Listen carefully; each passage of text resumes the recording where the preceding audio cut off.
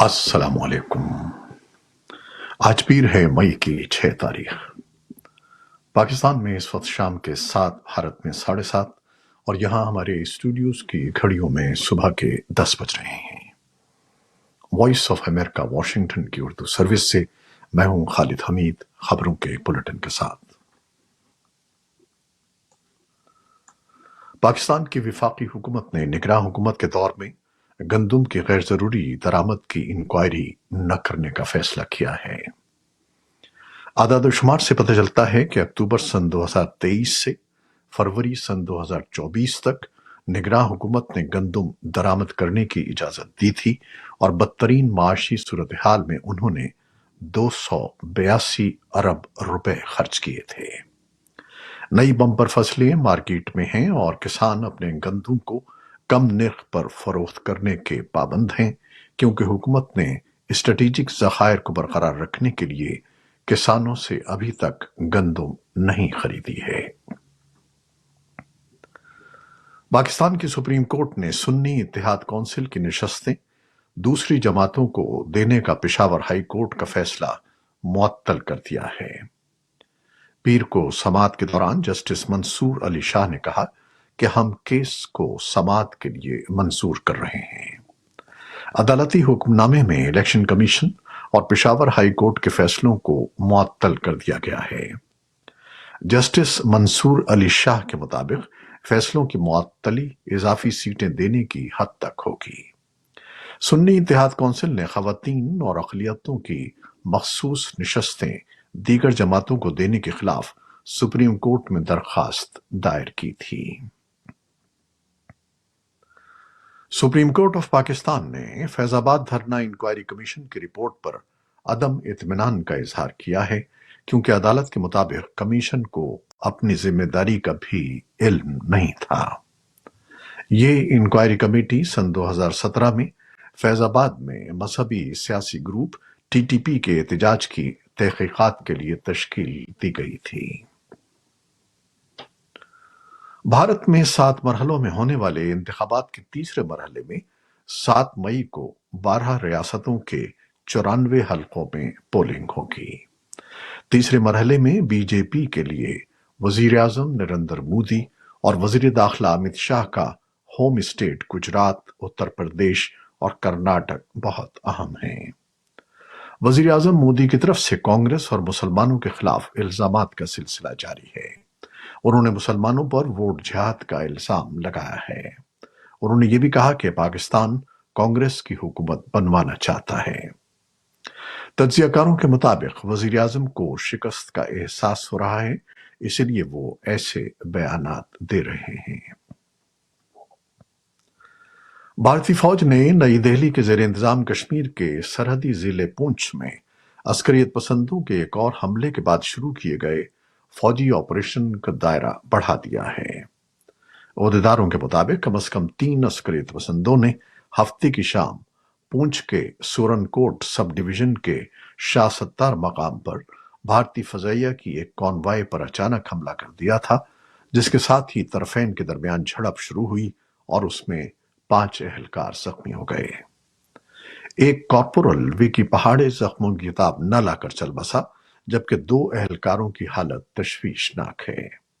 عہدیداروں کا یہ بھی کہنا ہے کہ حملہ آوروں کا تعلق ممکنہ طور پر کالعدم لشکر طیبہ سے ہے۔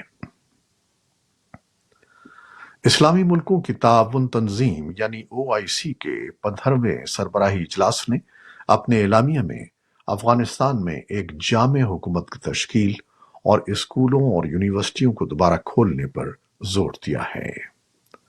OIC نے ایک بیان میں کہا ہے کہ کانفرنس نے افغانستان میں دہشت گردی اور انتہا پسندی سے نمٹنے کی اہمیت کی توثیق کی اور اس بات کو یقینی بنایا کہ افغانستان کی سرزمین کسی دہشت گرد گروپ یا تنظیم کی جانب سے پلیٹ فارم یا محفوظ پناہ گاہ کے طور پر استعمال نہ ہو۔ تنظیم نے افغانستان کے حکام پر زور دیا کہ وہ پائیدار استحکام اور انسانی حقوق، خاص طور پر افغان خواتین اور لڑکیوں کے بنیادی حقوق کے تحفظ کے لیے جامع گورننس کے لیے اقدامات کریں۔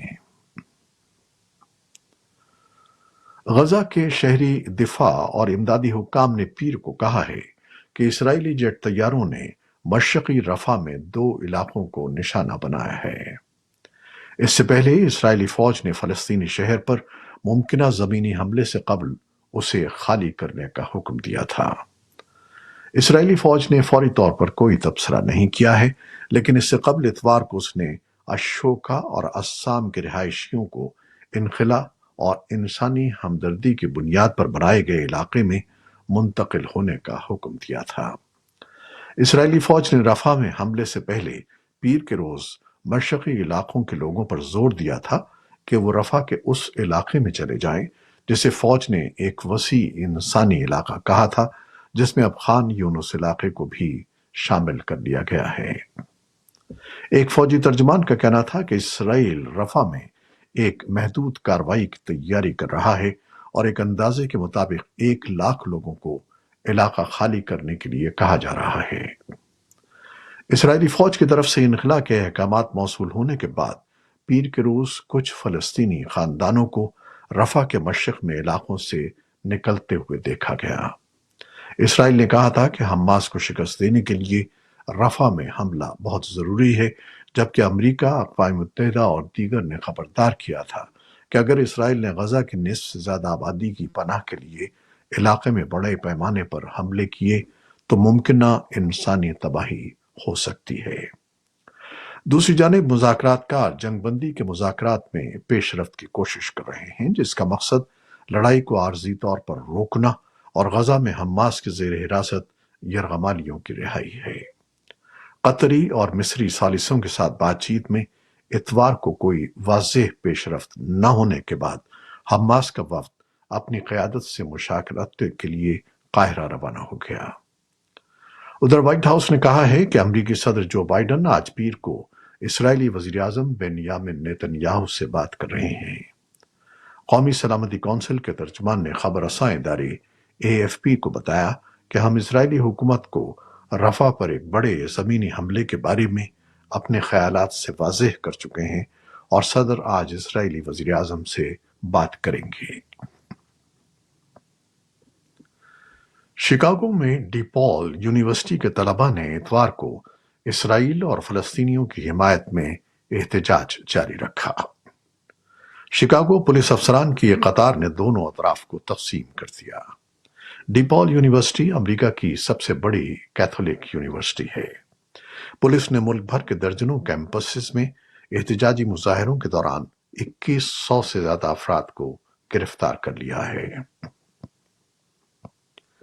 الجزیرہ کے مینیجنگ ایڈیٹر محمد مواد نے رائٹرز کو بتایا ہے کہ اسرائیل اور غزہ میں جنگ کے بارے میں الجزیرہ کی کوریج نیتن یاہو کی حکومت کی طرف سے جاری شٹ ڈاؤن کے آرڈر سے متاثر نہیں ہوگی۔ مواد نے کہا کہ غیر جانبدارانہ کوریج جاری رہے گی۔ اقوام متحدہ کے انسانی حقوق کے دفتر نے بھی الجزیرہ چینل کی اس بندش پر تنقید کی۔ اسرائیلی کابینہ کے مطابق یہ فیصلہ الجزیرہ ٹی وی سے ملک کی قومی سلامتی کو خطرات لاحق ہونے کے باعث کیا گیا تھا۔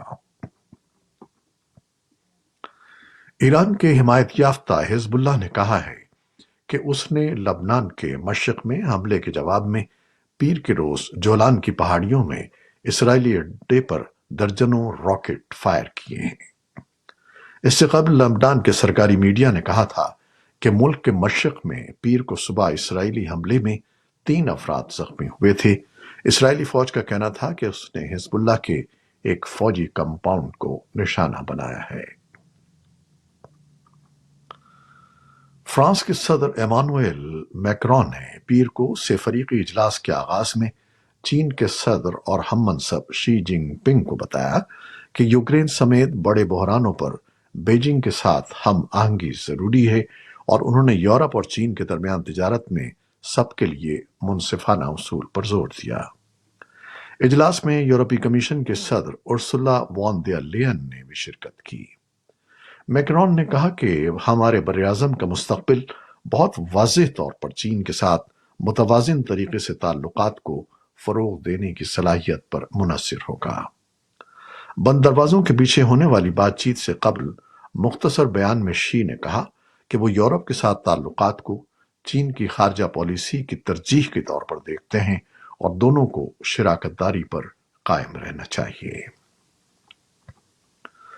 روس کے سرحدی علاقے بیلگراڈ کے گورنر نے پیر کو بتایا کہ یوکرین کے ڈرون حملوں میں بیلگراڈ علاقے میں کارکنوں کو لے جانے والی ایک گاڑیوں کو نشانہ بنایا گیا، جس میں 6 افراد ہلاک اور 35 زخمی ہو گئے۔ بیلگراڈ حالیہ مہینوں میں یوکرینی ڈرونز اور میزائل حملوں کی بڑھتی ہوئی تعداد کی زد میں رہا ہے اور پیر کے روز کی گئی بمباری ہفتوں میں سب سے مہلک تھی۔ کریملن کے ترجمان دمتری پیسکوف نے کہا ہے کہ فائنینشل ٹائمز کی یہ رپورٹ کہ روس یورپ بھر میں تخریب کاری کی تیاری کر رہا ہے سنجیدہ نہیں ہے اور بے بنیاد ہے۔ فائنینشل ٹائمز نے ایک حالیہ رپورٹ میں کہا تھا کہ یورپی انٹیلیجنس ایجنسیوں نے ان کی حکومتوں کو متنبہ کیا ہے کہ روس پورے بر اعظم میں تخریب کاری کی پرتشدد کارروائیوں کی منصوبہ بندی کر رہا ہے، کیونکہ وہ مغرب کے ساتھ مستقل تنازع چاہتا ہے۔ روسی وزارت دفاع نے پیر کو کہا کہ صدر ولادیمیر پوٹن نے روسی فوج کو یوکرین کے قریب جوہری ہتھیاروں کی مشقوں کا حکم دے دیا ہے۔ پوٹن نے یوکرین تنازع شروع ہونے کے بعد سے جوہری ہتھیاروں سے متعلق بیانات میں اضافہ کیا ہے۔ فروری میں قوم سے خطاب میں انہوں نے خبردار کیا تھا کہ جوہری جنگ کا حقیقی خطرہ موجود ہے۔